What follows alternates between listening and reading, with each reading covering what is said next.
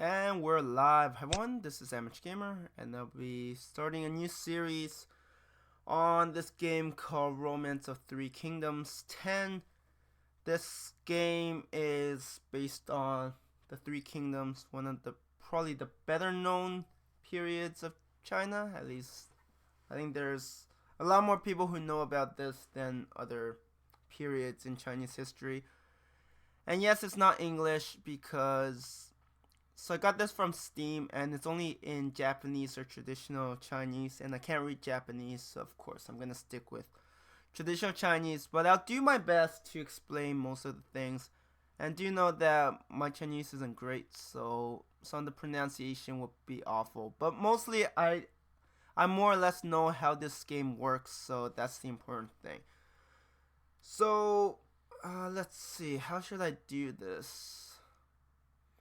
I mean, I used to play this a lot. It's just so much fun. Okay, let's start a new game. So there are different scenarios. Basically, you have 7 scenarios here, and then this is like a PK version, so it has like extra kit. It has other things, and well, for me, I just the reason why I go for it is because of this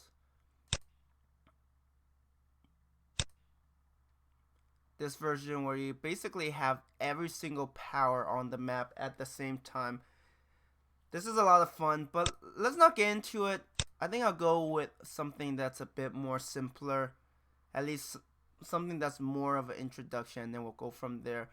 And note that I am listening to the music. I decided to mute it because with the way they set it up, I can't use OBS, so I have to try something different. And with something different, I can't adjust the audio very well, so I decided not to bother. But I mean, if you search like ROTK 10 music, it's gorgeous. I'm listening to it, so I know. Well, maybe I'm a bit biased. So basically, for the normal, actually, I think. So for the normal scenarios, you see the year, you see the month, right? It's year 184, February, year 189, September. You get the idea.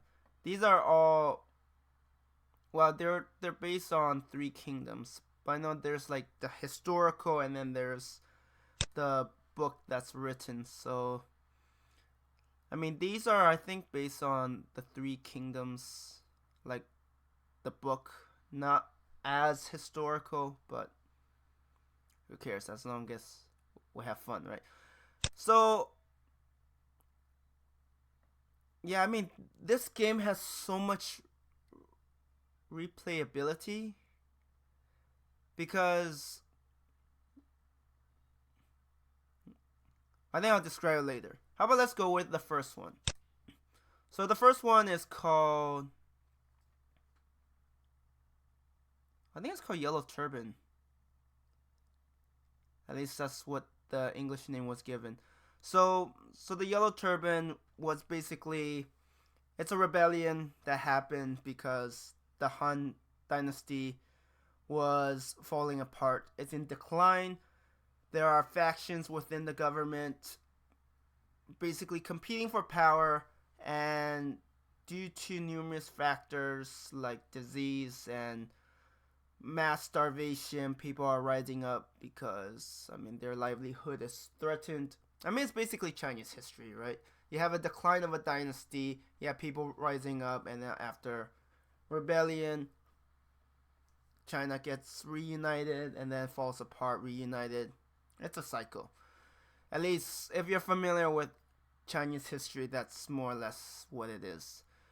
So what makes this very replayable is that you don't pick a faction. It's not like, actually this one doesn't even have Cao Cao because it was before then. So yeah.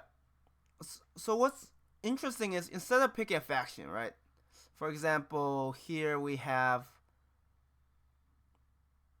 yeah, some of these I'm not even gonna bother with the names because even I'm like, I can't pronounce it. Well, at least I don't know the correct pronunciation. I know enough to like recognize it, but my pronunciation is awful. But the idea is you're not playing as a faction. So ROTK, which is Romance of Three Kingdoms, just shorten it because it's a mouthful. ROTK 11, you play as a faction. You play as this faction, and then you have these officers you command. For ROTK 10, and I believe for 8 and 9 as well, I've never played those. I only got introduced to this series through 10, and I only played this in 11. You pick an officer. You play as an officer, and then you have a bunch of things going on. So, I'm trying to think. So how about let's pick this one.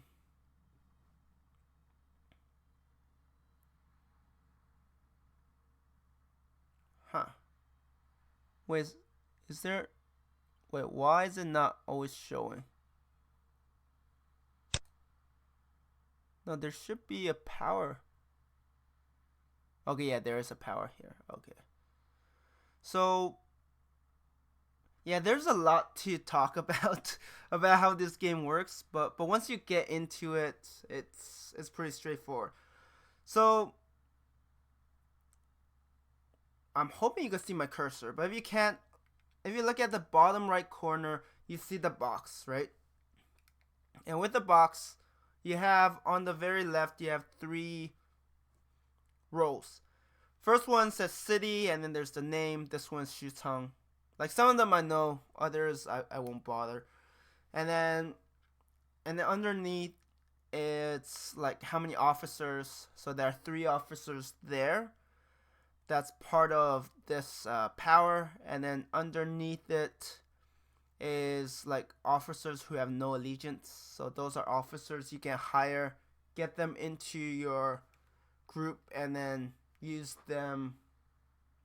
You know, you want to enlarge your forces, and having strong officers makes a big deal. And then on the second column, the first row is basically the power, the faction. So here we have Zhang Jiao, who is basically the leader of the Yellow Turban. And then underneath there's population. You need population to recruit soldiers for war. And if you get too low, you can't recruit soldiers. And then underneath you have manpower. I mean, in a way, the population is manpower. Underneath is like the number of soldiers you have. So there are different types of soldiers. We'll talk about it once we get into the game. And then we have gold. Underneath, like the 38,000, that's the amount of gold. So gold is used to recruit troops, improve various aspects of the city, which we'll talk a bit. Yeah, this is really an introduction. We might not even see gameplay because there's a lot to talk about. And then underneath that is food. So food, you don't have enough food, your city will starve. But in addition to that, you also need food when you fight wars. So depending on the number of troops you have, you use up a certain amount of food. And if you run out of food, your soldiers will lose morale. And if they get to really low morale, they will disband. So it's very... So that's food. And then the third column. So for the first row, it's basically the head of the city. So each city, or at least those that have a power to them, has kind of a governor, mayor. Like you get the idea. There's a person in charge of that city, and you know that, like if you look at the first row, the second column and the third column is different. So the second column, like I said, is the faction, the leader of the faction. The third column is the governor of the city who is loyal to that faction.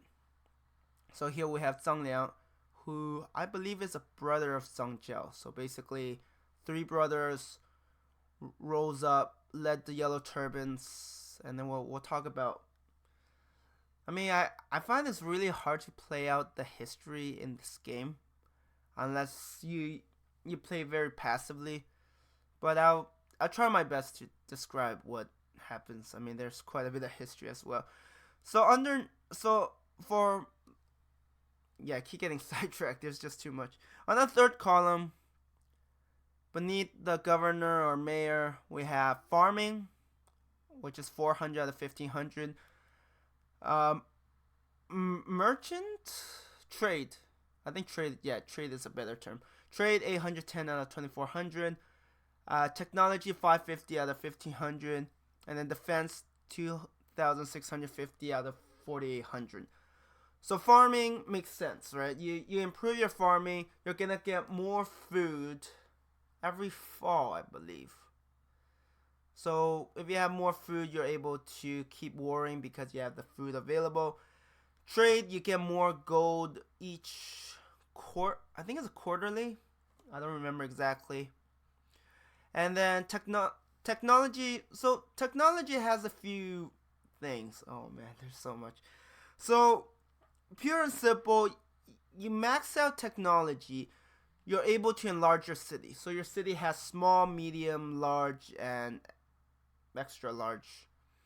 And basically, the larger your city, the more troops you could have. Like for a small city, you can only have a total of 50,000 soldiers. But medium, you can have 10,000. So each time the city grows larger, you get 50,000 more space for troops. And that's very important because you gotta remember that just as you could attack your enemies might attack you because you're gone. So if you have troops left behind, at least you could defend easier. And of course, technology has other uses, but we'll get to that later on. Now that I think about it, it's very complicated. And that's probably why I enjoy it. And then defense is tied to gates. I think it's a direct number. So what happens is during combat, you will have your gates. Like different cities have different layout, but they all have gates, and their gates have a certain amount of health, and that health is tied to defense. So if you fought a battle and your gates took a lot of damage, but you won, well, even if you lose, whoever is in control of the city next, they will have to raise the defense. So defense could go up, could go down. Everything else, they can only go. Can they go down? Disasters. Okay, disasters. Yeah, there's also disasters. Eesh. Yeah, we'll get through it. Like I said, it's a complicated game, and it's a lot of replayability because, for example, so here, this is like the role of the person or their position. So this is like king, right? All of these are the leader of their own faction. And then these Taiso, they are like the mayors. And then I'm like, is the game frozen? Iban is basically officers. They don't really have any ranks. And then you have Zaiye, which are those who have no association, but they are, how should I put it? They could join faction. They could do a lot of things. So with this, I'm trying to think. I think playing as an officer is a good way to get started. Alright, so there are a couple. So these are like the rulers, the leader of the factions. I forgot these dudus, which are kind of like viceroys? Is that the right terms? I know there's English equivalents, but I don't have it memorized. But they basically rule over a region. So for example, let's say you have 10 cities. You don't want to govern all 10 cities. It's a lot of work. So you might have a dudu who rules over 3 of the cities. And then you give them orders. Yeah, let's not do a leader just yet. I'll do it for the next scenario. So for this, I'm trying to think who is. All right. Speaking of which, okay. So the first column, the name of the officer. Second column, what faction they belong to. Third column, what city they belong to. Fourth column, their position or role. Fifth column, leadership. So leadership, like the next five, you have leadership, war, intelligence, politics, and charisma. These are all stats. So the higher, as you can imagine, the higher your stat, the better you are. And yeah, they all differ in I mean, there's also a lot of attributes and stuff. Are they called attributes? Okay, let's pick someone who's decent. Actually, I think I have someone in mind already. So, like people knows Liu Bei, Zhang Fei, Guan Yu. I'm not gonna work on them yet. I'll leave that for a later time. Sun Jian. So for those who know about Three Kingdoms, one of them is Wu, the leader of Wu, Sun Quan, who's, well, I guess his brother Sun Ce. They're both famous, but their father is Sun Jian.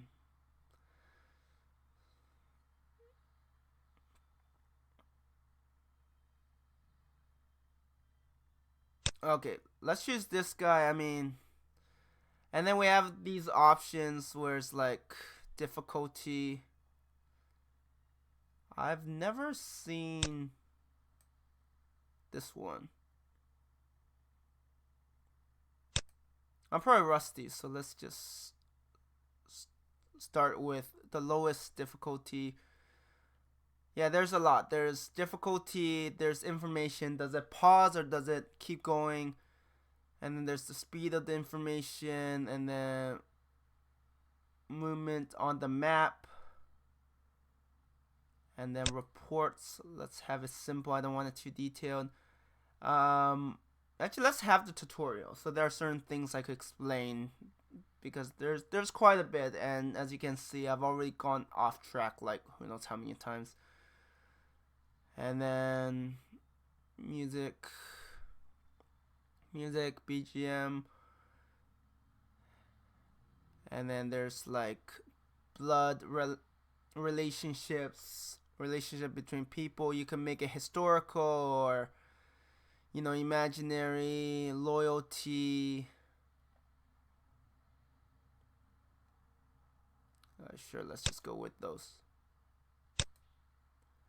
And then here we have, you have the option to make changes to your officers. I mean, I'm not going to do that.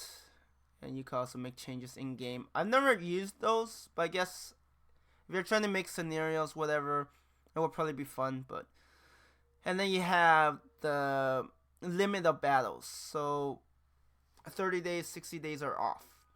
So the default is 30 days. What that means is in combat, you have 30 days to make progress or the defender wins. So it's not like, okay, it's a long siege. No, you have 30 days. You have to take the city.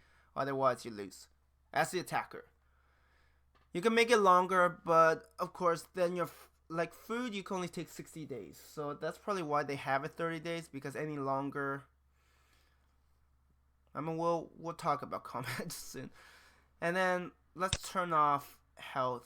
I don't care about ranking. That's basically saying, oh, you do this, there won't be ranking. I don't care about rankings. And then, yeah, limits to soldiers. And then watch battles. Sure, why not? So, I got Chengpu. I think that's how you pronounce it. 34. I mean, I turned off age, because some characters, they reach a certain age, they die of old age. I mean, I don't think it really matters at this point, because most of your characters are fairly young. It's later on that characters start dying of old age. So 34, male. Actually, I can't. Wait, are there female characters? I know you could custom make characters, but I can't remember if there are actually actual female characters you could play as. Maybe there is. I don't. So, leadership 85, war 86. Now you might be wondering what's the difference. So war is for duels and leadership is for combat. The more leadership you have, the more movements you have, and yeah, movements are important. And of course, there's also learning certain attributes. Well, not attributes, talents, abilities. Let's call them skills. And the intelligence not bad, governing not bad, charisma pretty solid. So let's just go in, and then I'll translate. So basically at Pingyuan, which is like, I hope you can see the cursor. Because I'm using new software, I'm not sure. But basically, in a city called Pingyuan, there's Zhang Jiao. He claims that he received word from the ancient emperor, and that he's capable of sorcery, and he's used his sorcery to heal the poor and lots of people. Like he's mostly a doctor. He was curing for the poor, but he also saw that this can't last. So lots of people gathered by his side. And then a lot of them ask him to save them from their terrible situation, and essentially he has risen up against the Han Dynasty. Because right now, like, for example, most of the leaders of the factions, they're still loyal, well, supposedly loyal to the Han Dynasty. Like, Han hasn't fully collapsed yet. It still has an emperor. You just have these warlords who claim to be loyal to the emperor. But of course, I mean, it's kind of like medieval, right? You have a king, but he has all of these subjects who are trying to expand their own territory so that maybe one day they could be king. So basically, we're saying that Zhang Jiao has rebelled, and then, this is a messenger telling us to,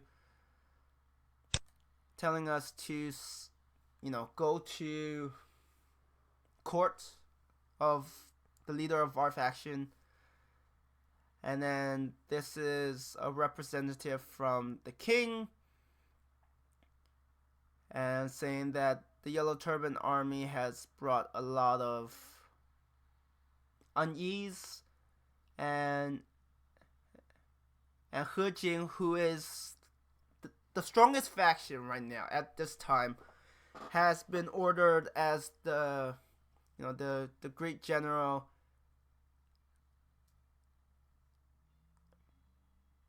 Basically, he has taken command of the situation, and all the other warlords are supposed to listen to him and basically defeat the rebels. And then Sun Jian is like, I understand. See, the thing is, a lot of these warlords at the time, they're still loyal to the emperor. Like, Han hasn't fully collapsed yet. Let's just say that until Cao Cao's arrival, Han still hasn't collapsed yet. It was in turmoil. It had a lot of uncertainty, but a lot of these warlords, they're still loyal to the emperor. So if the emperor told them something, they generally do listen.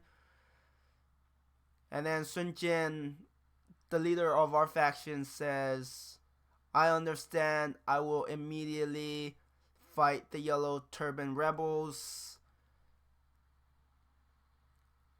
I won't spare those who dare to point their weapons towards the government, towards the emperor, because because as you can, yeah, this is the Yellow Turban Rebellion, and this is a time of turmoil. And let's just say that this was so this is the tutorial. Let's listen. But yeah, like I said, well, as I was going to say before the interruption, yeah, this is a largely introduction. I mean, the first couple ones will be introduction. It's going to be pretty. There's a lot to cover, and hopefully as I play more, it will make more sense. But anyways, regarding the Han Dynasty, really, the Yellow Turban Rebellion, it failed, but it did its job in basically dismantling Han and then setting the stage so that a new dynasty will come up. Like, Han was gone. Like, it has gone way past its glory days. So yeah. So here.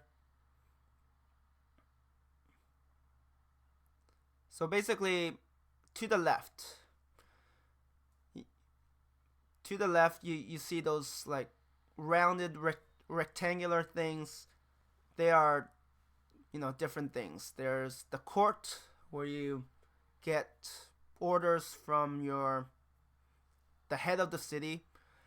You have farm, where you improve the farming. You have market for trade. Blacksmith for technology.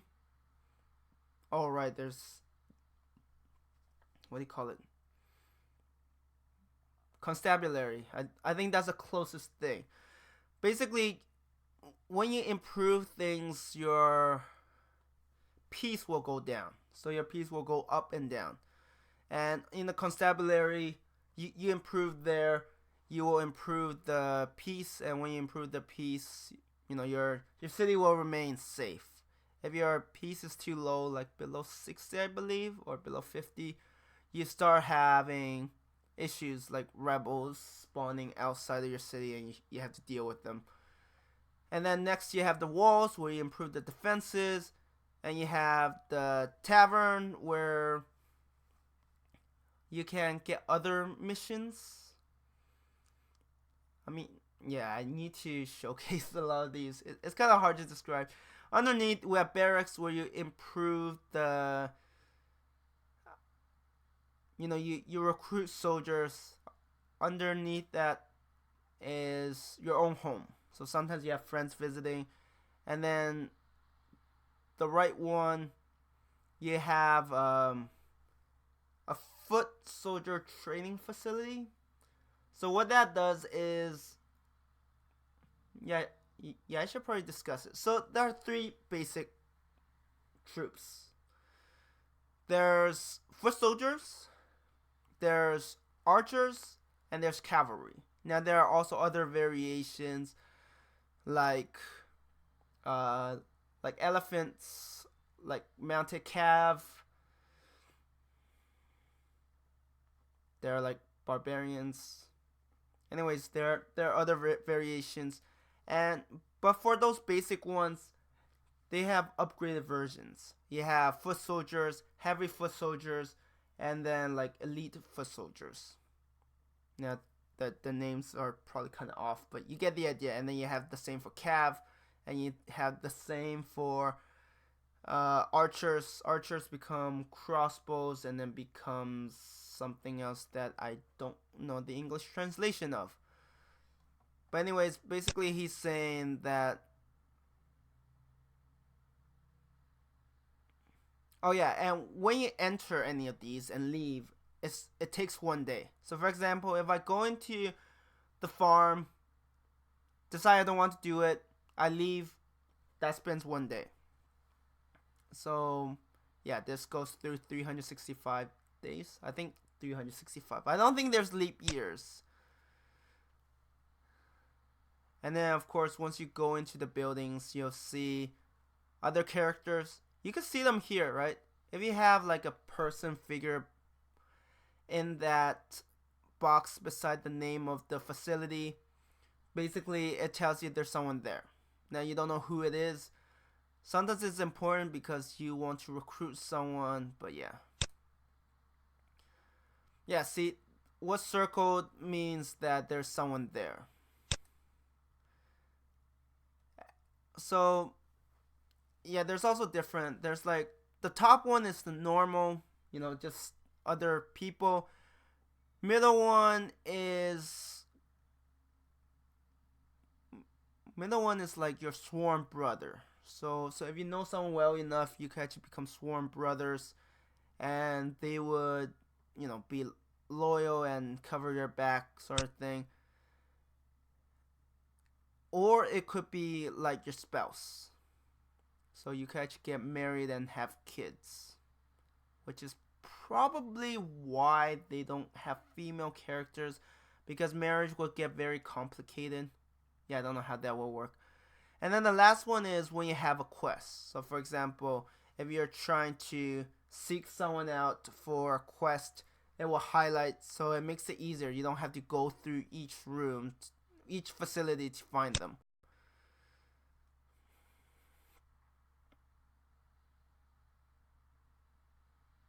Okay, now it's saying like the middle top uh, rounded rectangle. In the middle column, going from top to bottom, you have gold 29,100, food,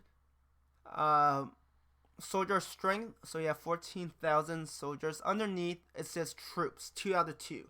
That means that you have 2 troops there, and each troop, they can only have a maximum of 10,000, and I'm assuming both of them are 7,000, and one might be like cavalry and one is foot soldier. And then underneath that is, say, how many officers. Yeah, so you have a total of 8 officers, and you can leave the city. Like, for example, if I leave the city and someone's looking at this, they will see 7 out of 8. So that means one of the officers is outside, trying to recruit someone or do certain things. And then underneath that is how many officers who have no allegiance. You could try to recruit them. Yeah, basically.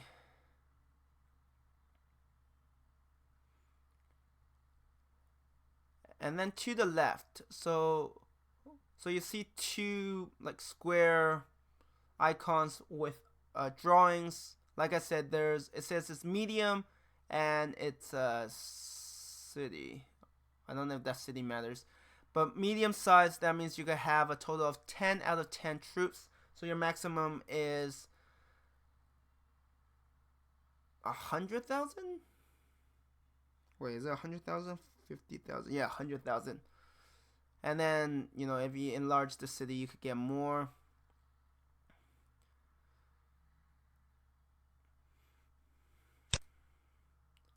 Alright,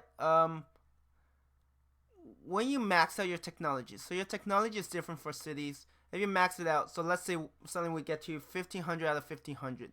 Then you go to the walls where you enlarge, and it takes 60 days to enlarge the city. But once you do it, your city will become larger and it will have more. So small, it has no special facility. Medium, you have 1. For us, it's that foot training facility. And then if you have it large, you have 2. And then extra large, you have 3. So basically you get 1 extra special facility each time you grow. And there are different ones. You have hospitals, you have granaries. Yeah, there are lots of things.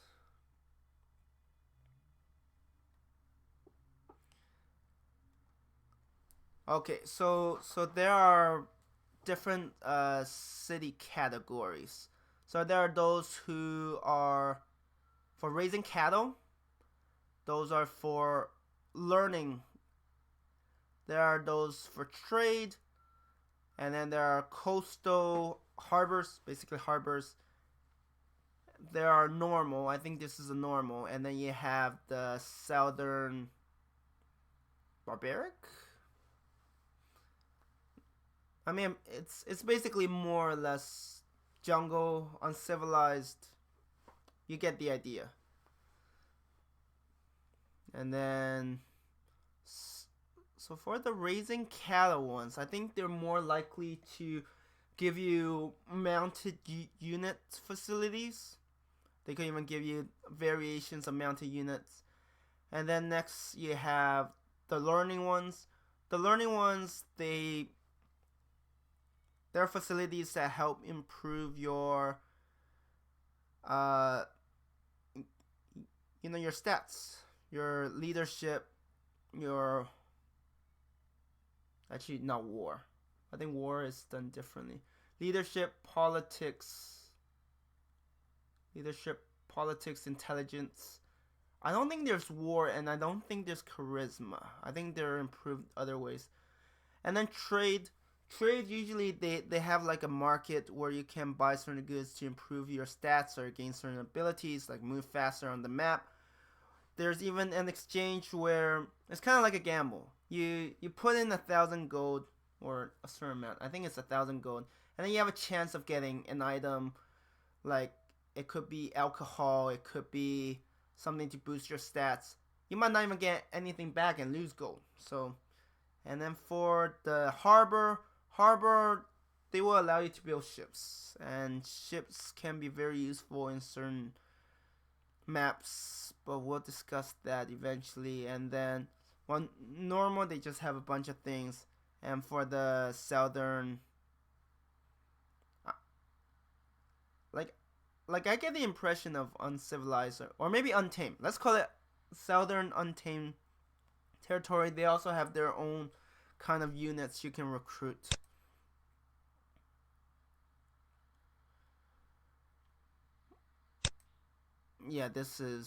This is an introduction video. So hopefully, I mean, I might have lost you already. So yeah, for ranch cities, right? That's a better term. Ranch cities, they have the horseman training facilities, which allows you to get heavy cavalry. And know that you can't just get heavy cavalry. What you need to do is fight battles, and your units will get experience. And once they get to like 300 experience, they could be heavy cav. And then if they get 500 experience, they could get another one. But you need the right facilities to unlock it all. Yeah, and for the learning, you have like universities, right? So you have these, I guess, libraries, schools. Okay, let's call them schools. You have these schools that raises your stats, but they only raise your, whatever, a certain stat to 80. If you have a university, you could raise it to 100, but you need a lot of gold and time. And then you have your trade. You're able to buy stuff in exchange. And the harbor, yeah, you could build ships. Right, there's, yeah, for the southern untamed cities, they have elephants, and they have another like armor unit, but it's very interesting. And then for the normal cities, they they have a, they basically like they differ in terms of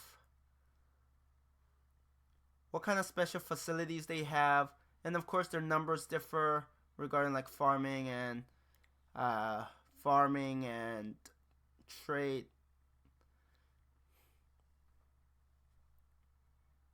And of course, certain regions are more prone to certain disasters than others. And of course, here it talks about you have your own home, and then you can also leave the city, or you could wait.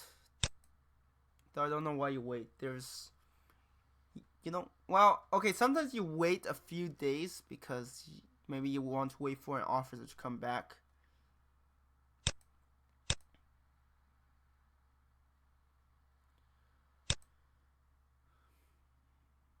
Yeah, and then here it says in court, Basically, you get orders, and if you've risen up to be head of a city and such, you're able to give orders to other people.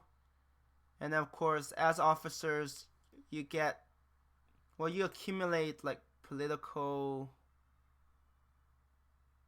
let's just call it political experience, and each experience give you, like, you reach a certain experience, you get a certain level, and as you move up level, you get more gold every month. And once you reach like second highest, you can be Dudu and rule over a region.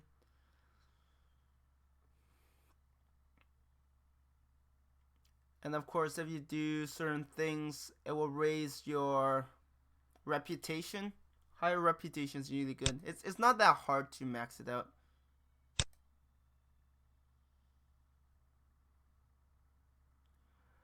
Let's not leave right now. Okay, here we're gonna talk about battle, and then they'll have a scenario. So, yeah, this battle is not something like Total War, but it's fine. I mean, I overall like the overall ideas. So this is basically the map of, right, there are three kinds of battlefield. There's the, what do you call it, wilderness. So two armies can meet in the middle of nowhere and battle. Or you could have the city gates, which is what this is. Or you could have the there's a city gates, and then there's a city interior. So what happens is, remember when I said 30 days? Basically, you have 30 days to get through the city gates battle. And then you get through, your opposition has the choice to make a final stand within the city. So naturally, city gates is where your defense is the strongest. And within the city, it's harder to defend. So there are 3 types of battlefield. And of course, there are different victory conditions. Like, you can either eliminate all your enemies, capture the leader of whoever's leading the defense or offense, basically your enemies.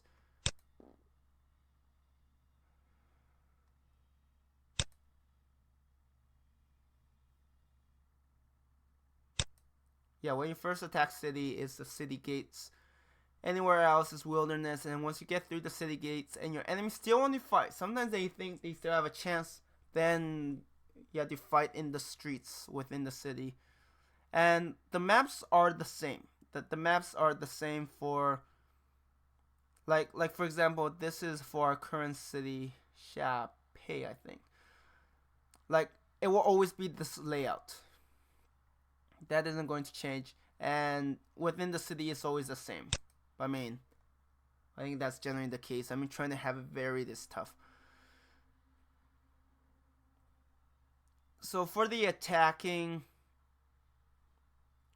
to win, you need to, yeah, basically defeat the enemy, either eliminate all their forces or break through all the gates.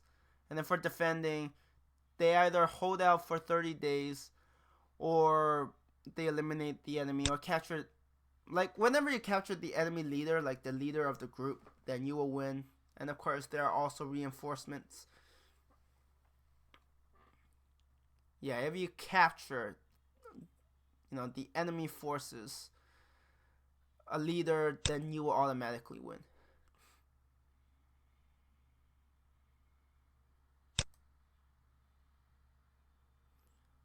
But if you capture the enemy, like the leader of the faction that you're fighting against, then you will automatically win.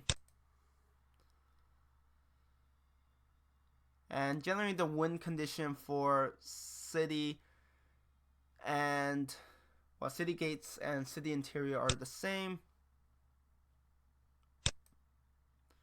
So as you can see with the arrow, that's a city gate, and it has a certain life. as you improve your defenses, the life is in blue. So right now you just see a sliver, but as you can imagine, you improve defenses that will have more, and it will take longer to get through. And on the top left corner, you have Shapizuzan, which is like the battle of Shapi, and then underneath you have number of days. So you have 30 days. If you don't get through the gates and 30 days have passed, you lose. And then beside it, there's the weather. Weather plays a big factor in battle. And then you have the wind. And wind, like if you have fire and you have wind, it will actually blow the fire a certain direction, and you can use that to your advantage. And then you have the two rows. You have the top, which is the attacker. You have, the blue says attacking, and then you have who's attacking, how many troops. Right now it says 0, gold 0, food 100,000, how many officers, and how many troops. For example, you might have 8 and all of them has 10,000. And bottom is defense, have the same.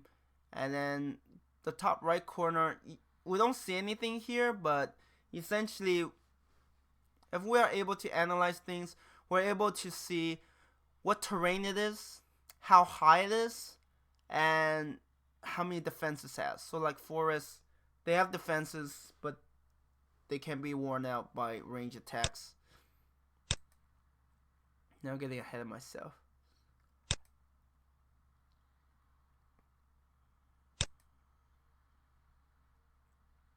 So they're using Cao Cao force.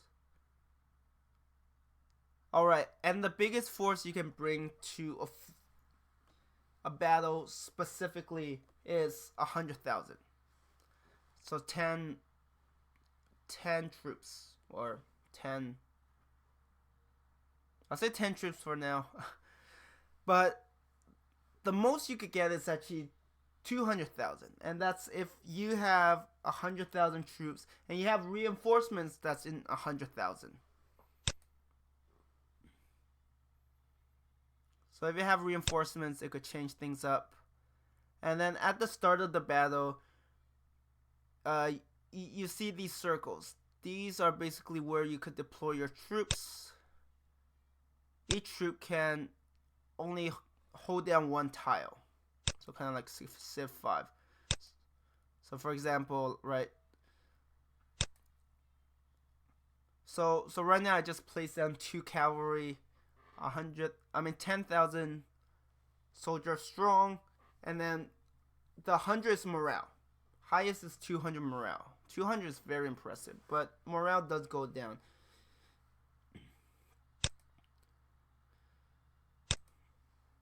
So what happens is, like, so you see this arrow, right? So what happens is your officer can only be part of one group, one troop only. So for example, if I select this, so as you can see, if they only have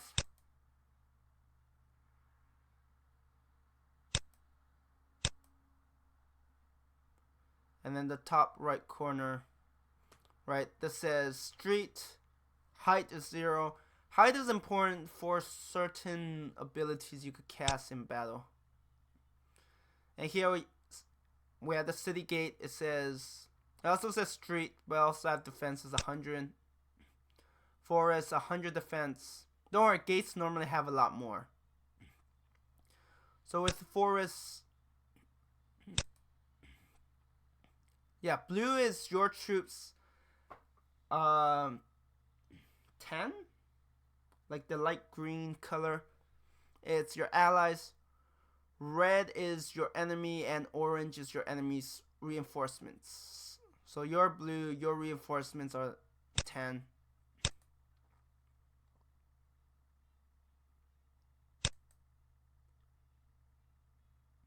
And then when you move over, you see the stats, right? You see leadership, you see war, you see intelligence, and then underneath you see experience. That's the experience I was talking about. You get enough experience, and with the right facilities, you could improve your soldiers and make them better. And then the bottom right one is wounded troops. So not all of your soldiers die. Some of them get wounded, and I mean, ideally you minimize the number of losses you get. But if you get wounded troops, you could get them back. And there are certain skills that actually allow you to get some wounded troops back into your forces so you could fight a bit stronger.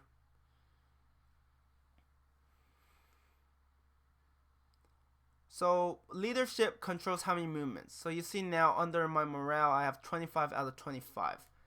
And at the start, if you remember, I had 2 troops to pick from. So I picked this one. The other one is like secondary troop. So they only get 70% of my movements. So 70%, that would probably give like 17 or 18. So as you can imagine, the one with officers stronger. And then you have the intelligence. Oh, wait, no, sorry. Actually, it's probably still the same. Because they're saying that the stats of your secondary troops are 70% of your leadership and your intelligence. Which, if it's linear, then yeah, their movements should also scale like that. Also, war is the same, but war isn't.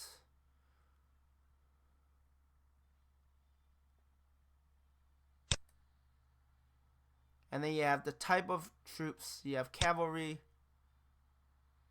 That's how many movements. And then you have number of troops. Once they hit 0, the troop gets destroyed.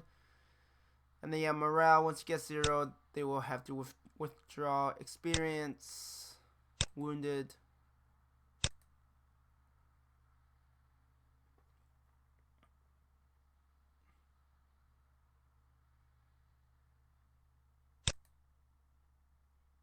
Okay, they're talking about the top where you could adjust things. Like you could learn about the enemy officers, their skills, what they're capable of. And then you can also have AI control your troops. I never do it. AI makes some really dumb mistake decisions. And then the second last one, the one that's highlighted now, that's basically showing the order, right?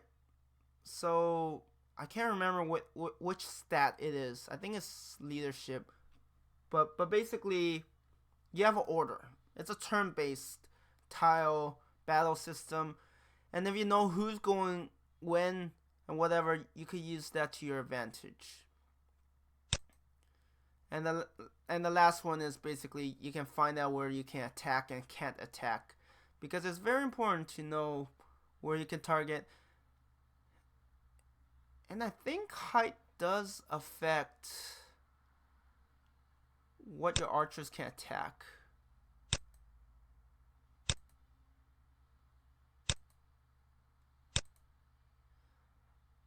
And then once it's your officers, well, okay, for all of your troops, you have all of these options. You can turn a certain direction. You can be sneaky, though I never figured out what that did.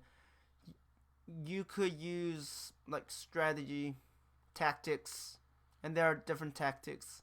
And then you have the ability. So where you see numbers like the 15, right? So for that ability is telling your enemies to surrender. It rarely works, but that 15 means you use up 50 movements. Underneath that is duel. You have to be adjacent to enemy officer in order to be able to duel, and they don't always agree. Underneath this command, because there's a certain trait that Cao Cao has, and then there's wait. Basically, you do nothing.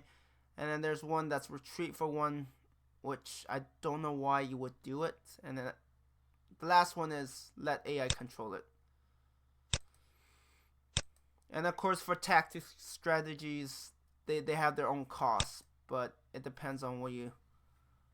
So this is showing where you can move, And the red circles means you'll be adjacent to the enemy or enemy gate.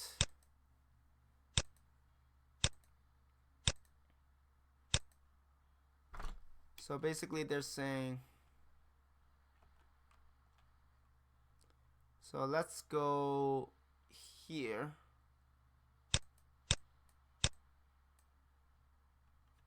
So now you see this icon, which means you could attack.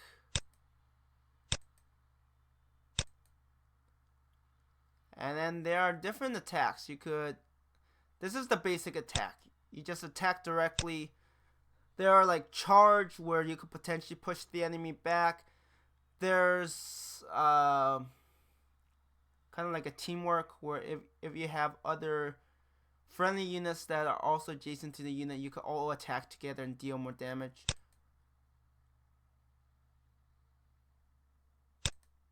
Oh, they want this. So you could choose to attack once, twice, or use up all of your movements. So here you can see that they take in more losses because we are. Oh yeah, here basically the idea is cavalry counters footmen, footmen counters archers, and archers counter horsemen. Basically the rock paper scissors. Yeah, because we're cavalry, they take more damage. But I think our stats also. And then we have skills. Okay, that's why they don't want to. So there are different skills that you unlock. And some of them start with it. So for example, if I go to strategy. So as you can see, all of these have their own costs. 6, 12, 10, 6. So they want us to use the first one, which is fire.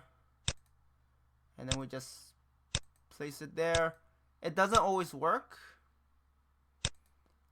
If you set an area on fire,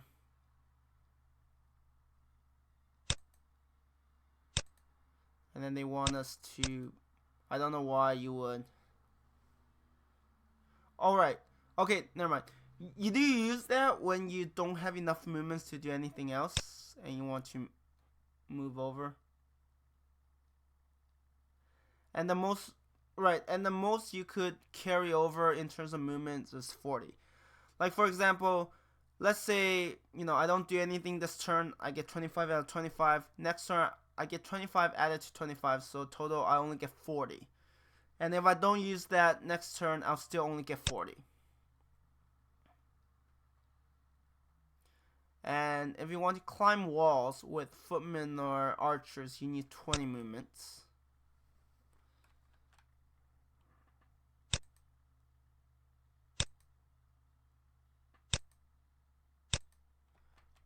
So what happens is, so here you see under there's 8, right? It says if you move here, you will still have 8 movements left. And then this shows you what you can attack. You could attack here.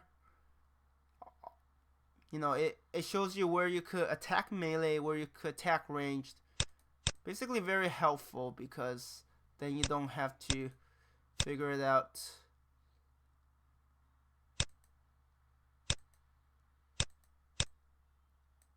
And if you hold down the mouse, alright, there's also siege weapons. Yeah, there's a lot. So, ooh, don't you love these tutorials where you get, so you could also get siege weapons. There are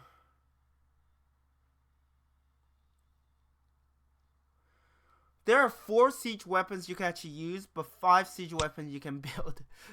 I know that sounds weird, but so this is a battering ram. This is the most basic.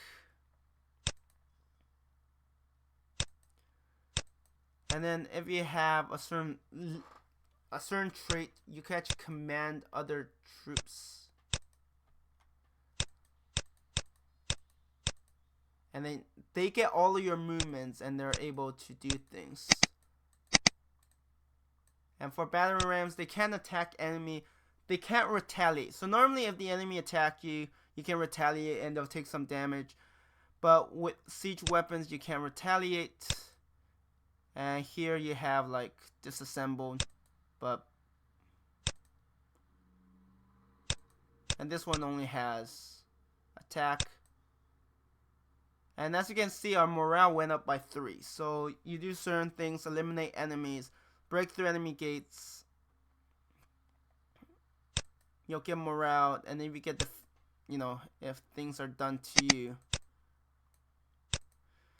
So with rushing water, you gotta be careful, because unless you have a certain trait, there's a chance you might fall off, or at least move in a direction, lose all of your movements. And in this case, you actually fall out of the battlefield and you lose them. So be very careful. Right, if you have this ability, Tidu, then you don't care. You can move freely on the water and not worry about getting,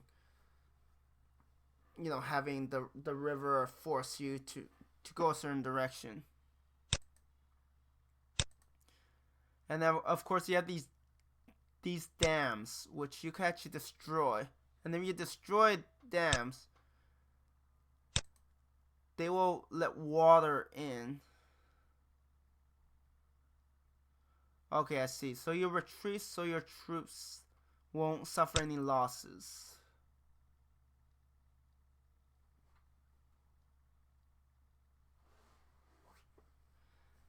And if the leader of your forces retreat, then you lose, yeah.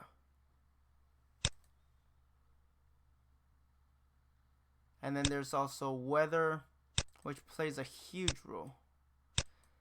For example, if it's raining, you can't use fire arrows, you can't use, the fire tactics, starting a fire. If you have fog, you can't see the enemy. Right? You can't see the enemy, you only know where your troops are. And if you move into a tile the enemy controls, then they're able to ambush you.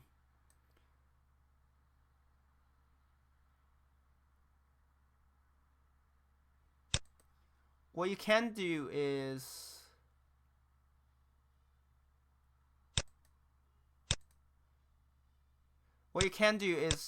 attack. So if you know the order of movements, then you'll know if they moved or not. And if you know they haven't moved, then you're able to attack.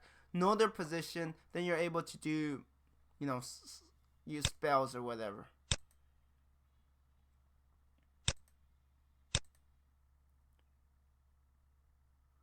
Right, and then you have a certain trait called Ming Si. Then you can ask the enemy to surrender. Yeah, there's still a lot more I haven't covered, and this is, within 10 days, go back to the court. And I am going to end it here. Wow, that's a lot to cover, but, that's exactly what it is. Yeah, there's a lot to cover. I mean, this is the introduction. We haven't even gotten into the gameplay. This is just setup and introducing. There are more things that hopefully I'll be able to remember to explain. Anyways, I'm going to end this video here. Thank you everyone for watching, and I hope you have a good one.